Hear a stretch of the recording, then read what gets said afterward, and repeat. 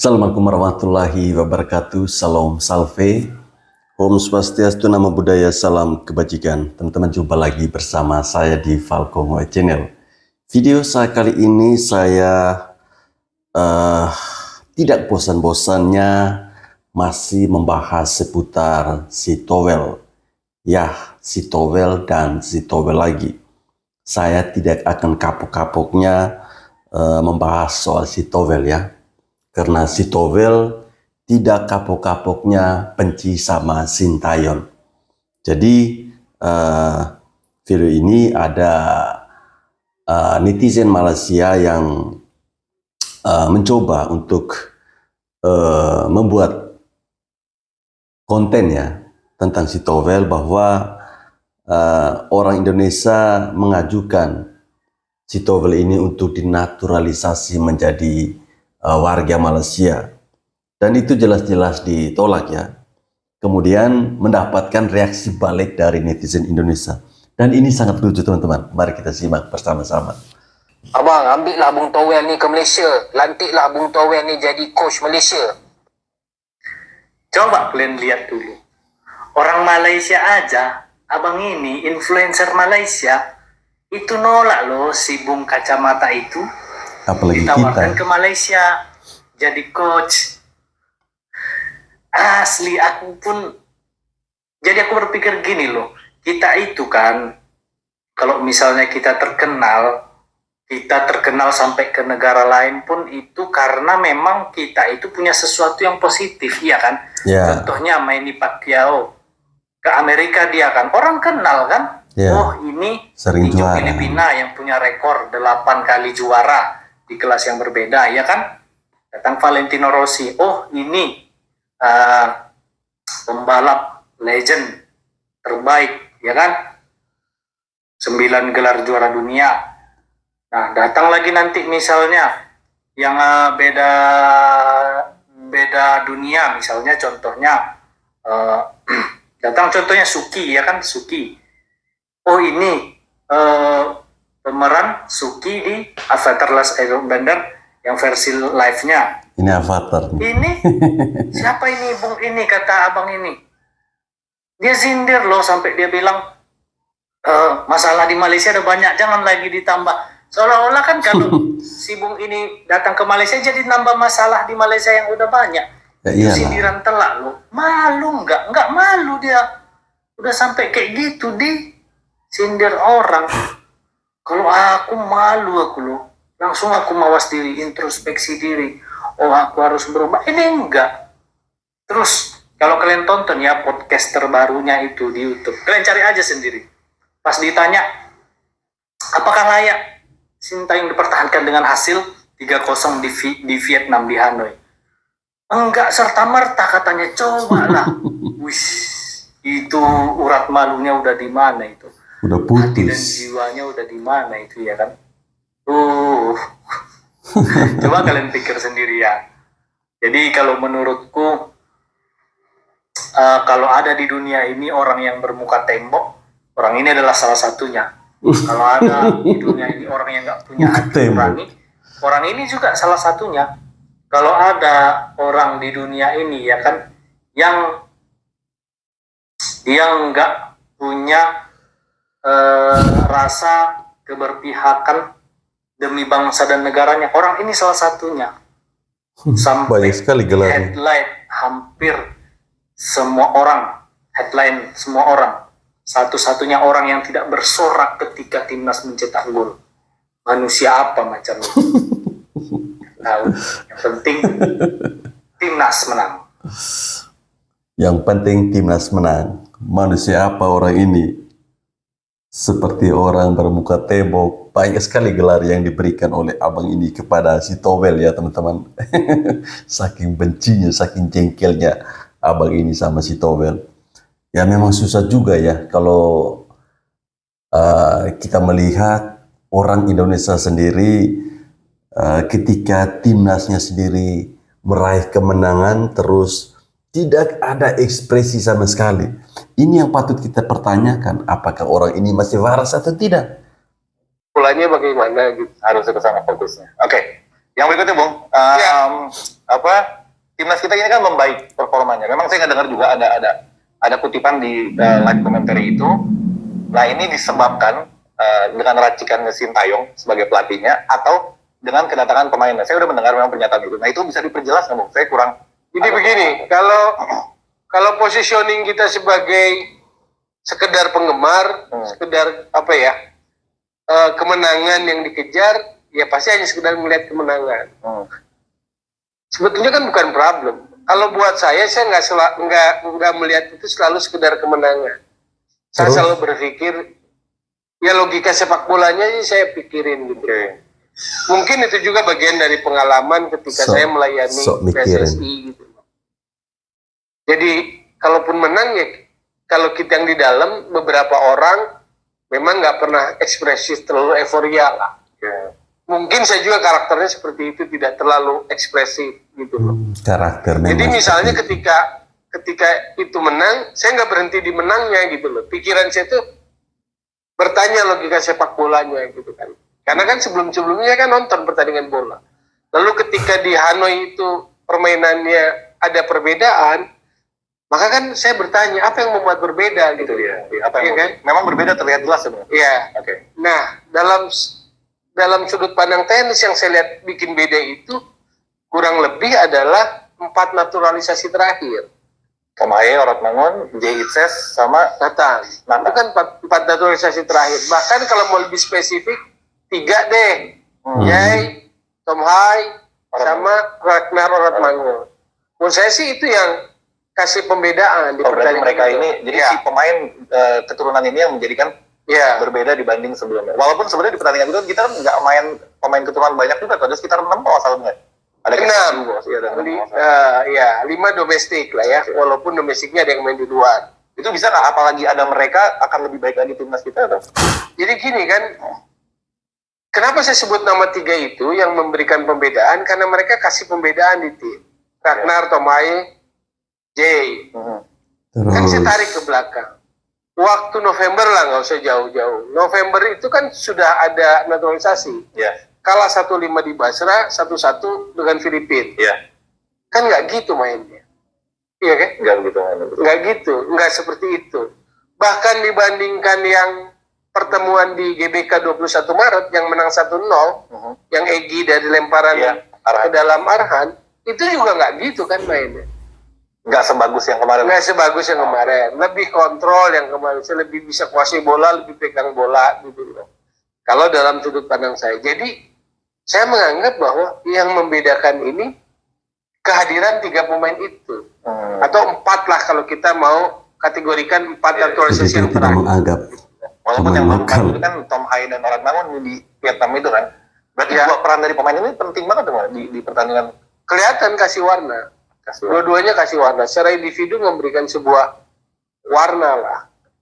Itu pun kan dalam pernyataan STY, Sinteyong kan mengakui itu, Tom Hai. Iya, iya, iya. Dia memuji kan, Memuji, 100% gitu kan. Nah, maka kemudian pertanyaannya, logika sepak bola kan bukan berarti apa ya. Saya tidak menghinakan, saya tidak merendahkan, tapi saya mau apa namanya, logika Apa? sepak bola ini kecerdasan melatih STY, tactical STY, atau memang karena kualitas pemain naturalisasi yang masuk itu. Tapi bukan gini Bung ya, ini apa namanya, kalaupun ada pemain bagus misalkannya, terus nggak bisa diracik oleh si pelatihnya, misalkan pelatihnya nggak pandai untuk meracik pemain-pemain bagus, bukannya nggak akan jadi juga itu tim. kena loh. Nah, itu pertanyaan terakhir tadi teman-teman. Kalau misalnya pemain itu bagus, kemudian si pelatih tidak bisa memanfaatkan bagusnya pemain itu, kira-kira seperti apa? Saya ini sebenarnya bingung dengan si Towel ini. Pendapatnya ini kadang-kadang, ini kalau dalam istilah politik itu, paginya tahu, sorenya tempe. Teman-teman ingat tidak ketika dia pernah mengatakan bahwa Sintayong itu tidak layak dipertahankan karena sudah 4 tahun prestasi apa yang sudah dia berikan kepada Indonesia. Artinya di sini dia membutuhkan piala. Kemudian pada video tadi yang membahas soal kemenangan timnas Indonesia versus timnas Vietnam, lagi-lagi dia tidak mengakui itu kemenangan. Artinya dari pernyataan yang pertama dia menginginkan sebuah trofi. Nah, yang namanya trofi itu kan harus ada kemenangan. Tetapi pada pernyataan berikutnya dia mengatakan bahwa bukan hanya kemenangan yang saya lihat, tetapi yang dilihat di sini adalah ada sosok pembeda, ada 4 pemain yang dinaturalisasikan. Nah, ini yang boleh saya katakan si Towel ini adalah manusianya plang-pling, bukan pling-plang. Di tontonan gua di live reactionnya Sport 77 ada Mamat, ada Ripan dan juga ada Bung Toel. Ketika ada beberapa di menit keberapa ada pertanyaan, wah pemain-pemain yang sekarang main di timnas Indonesia ini sekarang progres ya, Fisiknya bagus. fisiknya bagus. Ini berkat siapa? Menurut Toel itu adalah berkat pelatih di klubnya. Menurut kalian bagaimana? Ya kalau kita lihat sepanjang Jadi bukan pelatih di timnasnya, tapi pelatih di klubnya. sebelum Piala Asia, timnas itu kan yang digebreng adalah fisik. Ya. Fisik Jadi itu menurut fisik. pelatih yang mana? Iya kalau dalam short term ini ya pelatih timnas. Timnas. Rizal? Timnas lah jelas. Jadi lu nggak setuju sama pendapat Bung Toel? Nggak setuju kali ini. Nggak setuju. Emang lu yang mana yang setuju? Nggak jadi bang, nggak jadi. Nggak setuju. Mas Aryo? Enggak lah. Ya setuju juga. Kalau enggak kan klub-klub kita berjaya di Asia. Iya.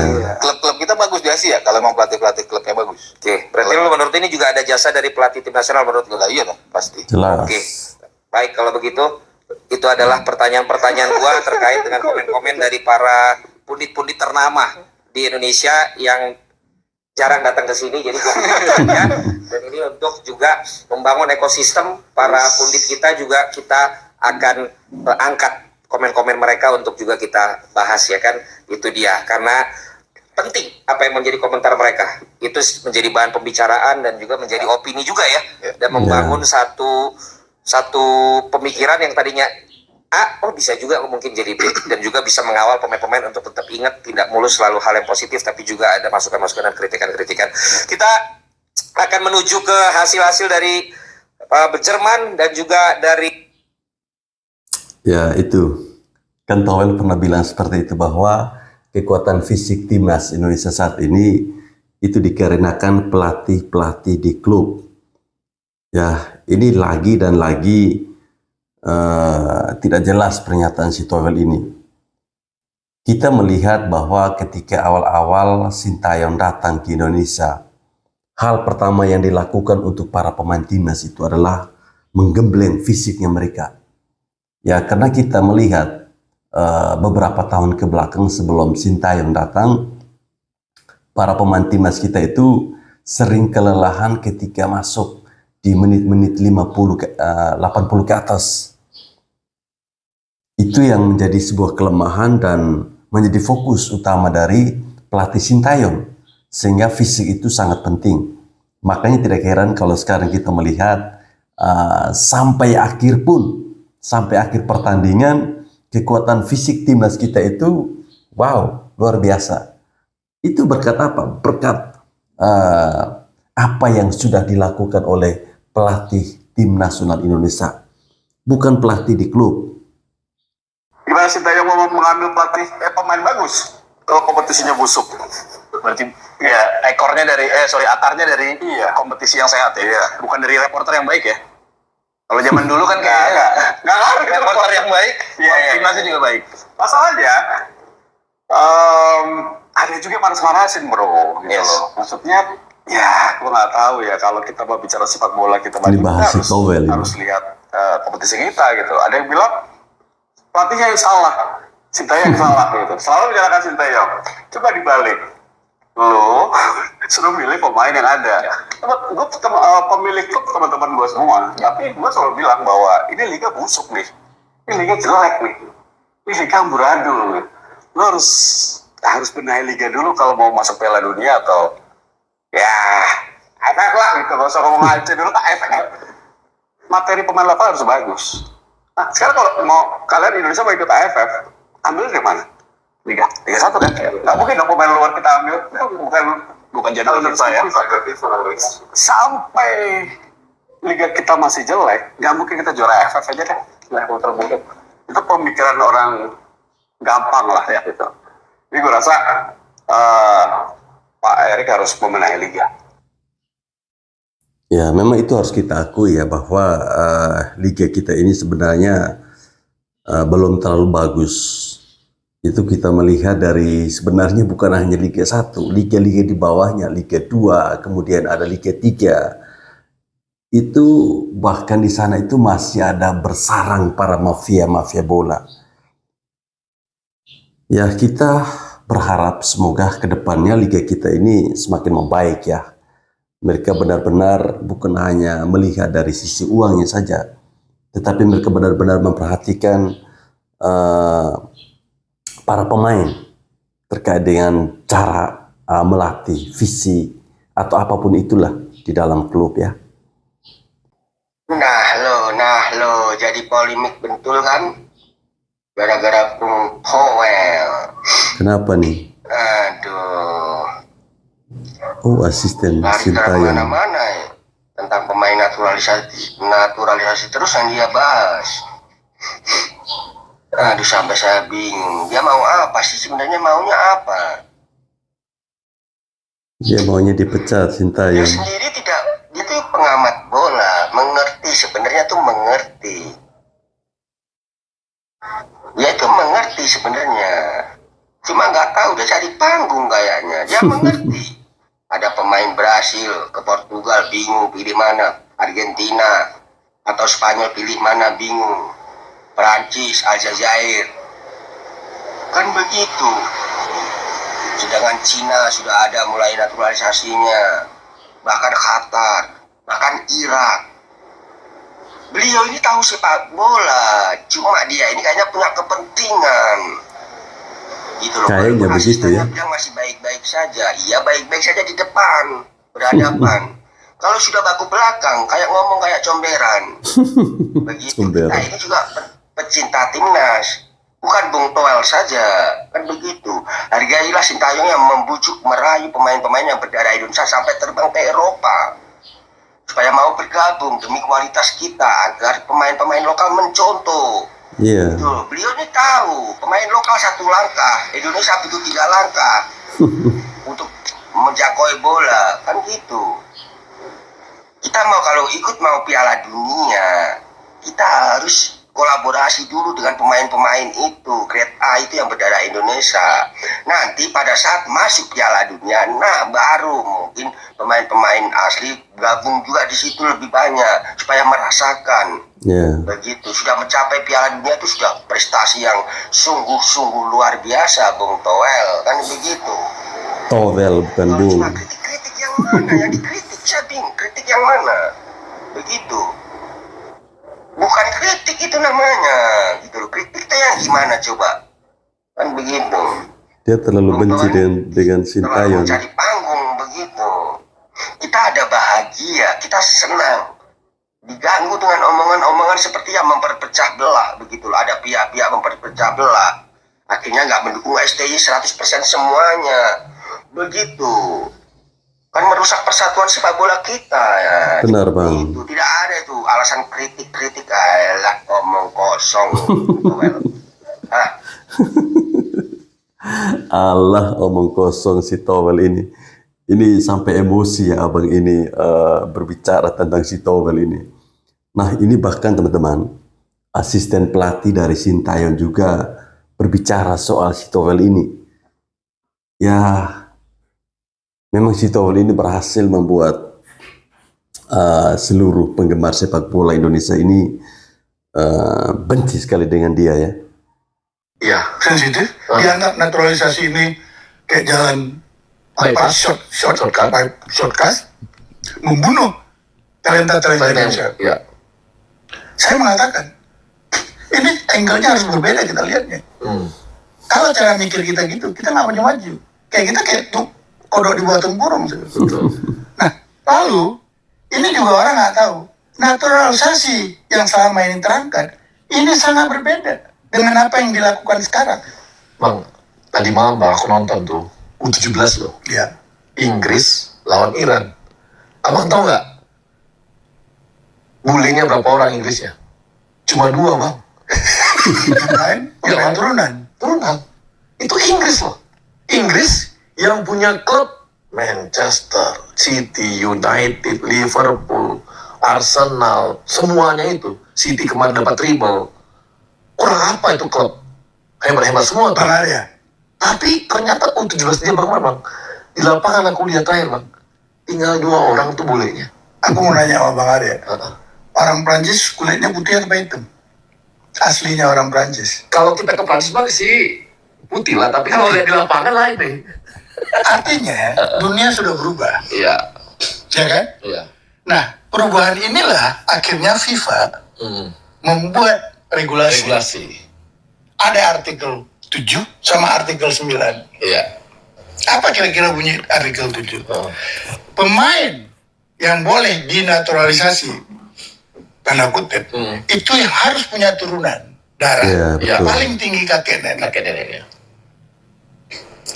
Kalau ini tidak dibuat Kan aturannya oleh ada. FIFA, maka di seluruh dunia Akan ada aneh-aneh. bukan. Pemain naturalisasi semua berasal dari Brazil. Oh iya. Bang, kemarin Lumayan. tuh ada tuh. Waktu kita kemarin main basket, Kamboja.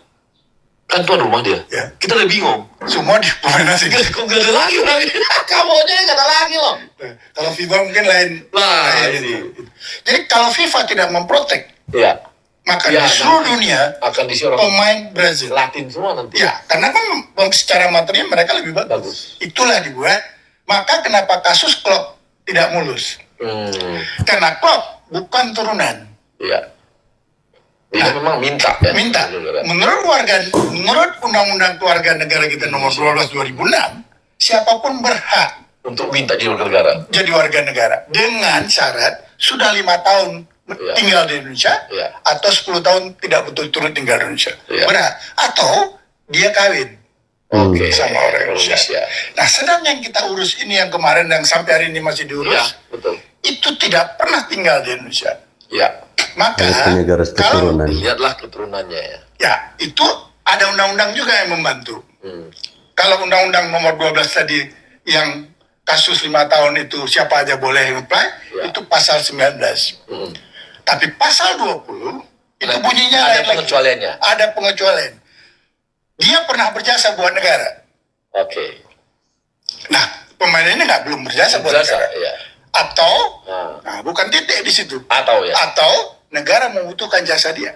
Nah, Kita ambil dia, karena butuh jasa dia ya. butuh jasa dia untuk keperluan timnas. Dan sekarang terbukti memang mereka Tidak boleh di klub. mereka pakai nama merah putih ya, pakai Oh, merah merah putih sekarang Garuda.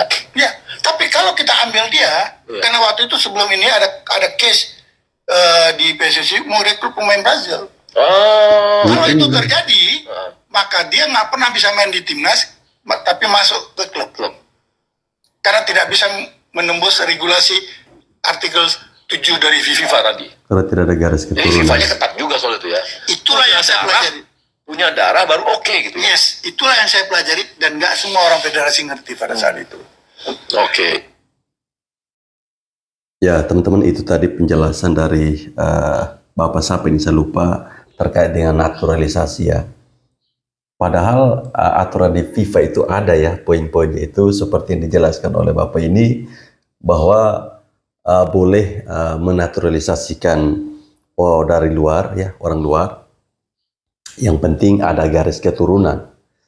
Ini kita mendapatkan info terbaru bahwa PSSI yang dulu bahkan sempat ingin menaturalisasi para pemain Brasil. Dan ini, kalau misalnya jadi, saya tidak bisa pikir bagaimana si Towel mereaksi ya atas hal ini. Nah, teman-teman, saya kira sampai di sini video saya. Saya ucapkan terima kasih bagi teman-teman yang sampai saat ini masih tetap setia menonton channel Falcon WE. Jangan lupa untuk selalu subscribe dan nyalakan tombol loncengnya agar teman-teman tidak ketinggalan informasi-informasi terbaru tentang si Towel melalui Falcon WE channel.